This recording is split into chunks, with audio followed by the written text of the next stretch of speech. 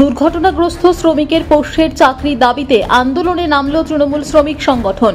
উল্লেখ্য 2016 সালে অন্ডাল খাস কাজরা কলিয়ারিতে খনি শহরে কাজ করতে গিয়ে চোট পেয়ে খনি শ্রমিক ভীমলাল মাহাতোর দুটি চোখ নষ্ট হয়ে যায়। 2018 সালে ওই শ্রমিককে আনফিট ঘোষণা করে ইসিএল। এতগুলো বছর পার হয়ে গেলেও দুর্ঘটনাগ্রস্ত শ্রমিকের পরিবারের কেউ চাকরি পায়নি বলে অভিযোগ।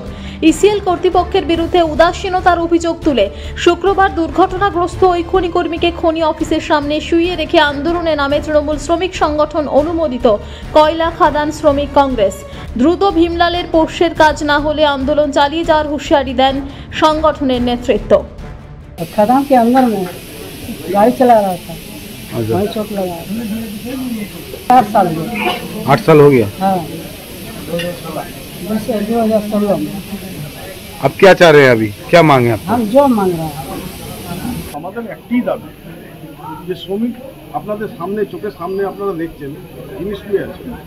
আমাদের দাবি হচ্ছে প্রত্যেকটা শ্রমিক এবং ইউনিয়নের পক্ষ থেকে আমাদের একটাই দাবি, ইনার যে আশ্রিত আছে তাকে চাকরি দেওয়া হবে। এইটুকুই আমাদের দাবি। এই দাবি যতক্ষণ না পূরণ হবে ততক্ষণ আমরা আন্দোলন চালিয়ে যাব। কখন থেকে বন্ধ করেছেন কলিয়ারি? আমাদের এই 10টা থেকে বন্ধ আছে। কোম্পানির ডিপেন্ডেন্ট চাকরি দেওয়া আমরা এটাই চাইবো। 2016 কেস 2018 আনফিট কোম্পানি ডিক্লেয়ার করেছে, তখন একবার কোম্পানি যখন ডিক্লেয়ার করে দিয়েছে তখন তো চাকরি দেওয়া উচিত। তার সত্ত্বেও আইডি ওইএসবি দেখেছে, তো সেটা গত 2-3 মাস বন্ধ হয়ে গেছে। তো তার ফলে আমাকে এই আন্দোলনে যেতে বাধ্য হয়েছে। আমরা সমস্ত শ্রমিকও চাইছে, সমস্ত ইউনিয়নের নেতারাও এটাই চাইছিল যে সেইভাবে আন্দোলনটা হোক, কারণ এটা জেনুইন কেস। সেই জন্য এই আন্দোলনটা করতে আমরা বাধ্য হয়েছি এবং ম্যানেজমেন্ট এত যদি না শোনে তো এই আন্দোলন আরও বৃহত্তর হবে। महतो करके है, वो एजेल ऑपरेटर थे। तो इनका खदान में कुछ 8 साल पहले कुछ चोट लगा था, तो इसका अभी कंपनी कुछ फाइनलाइज नहीं कर पाई है।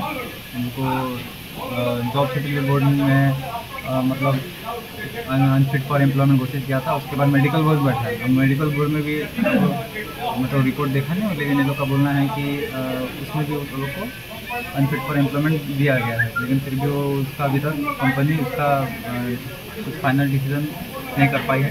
अभी मैं सुन रहा था कि उन लोग उनका आईओडी भी चालू था, तो आईओडी भी बंद हो गया। उसी कारण से अभी सब यूनियन मिल गया, उसके लिए खड़ा हुआ है, तो इसी कारण से फिर बंद है। कब से बंद है? आज सुबह से बंद है। অন্ডাল থেকে নিজস্ব প্রতিনিধির রিপোর্ট, টিভি নিউজ 10। সুলভ সঠিক চিকিৎসার একমাত্র প্রতিষ্ঠান বিবেকানন্দ হসপিটাল। 24 ঘন্টা emergency service, blood bank, trauma care. আপনাদের সেবায় আমরা তৎপর। গুণমান ও পরিষেবায় দুর্গাপুর বিধাননগরের ডক্টর জাকির হোসেন এভিনিউর বিবেকানন্দ হসপিটাল শিল্পাঞ্চলের মানুষের মন জয় করেছে।